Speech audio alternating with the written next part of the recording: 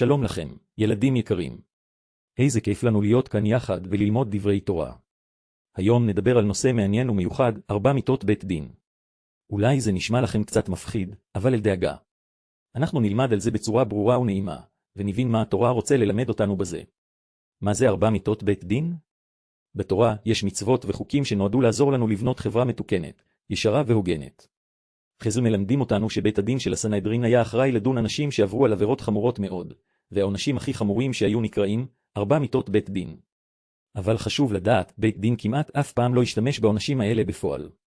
הם היו שם בעיקר כדי להראות כמה העבירות האלו חמורות בעיני התורה, וכמה חשוב להתרחק מהן. מהן 4 מיתות? סקילה, עונש לאנשים שעברו על מצוות חמורות מאוד, כמו עבודה זרה או חילול שבת בפרהסיה.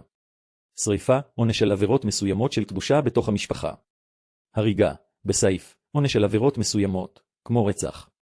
חנק, העונש הקל ביותר מתוך 4, שניתן לעבירות חמורות פחות יחסית. אז למה התורה מלמדת אותנו על זה? ילדים יקרים, התורה לא מלמדת אותנו על העונשים כדי שנפחד, אלא כדי שנלמד כמה חשוב להתנהג נכון, לכבד את התורה ואת המצוות, ולהיות אנשים טובים וישרים. אנחנו לא רוצים להגיע לעבירות כאלו בכלל. לכן התורה מזהירה אותנו מראש, כדי שנדע להתרחק מהן ולהיות טובים יותר.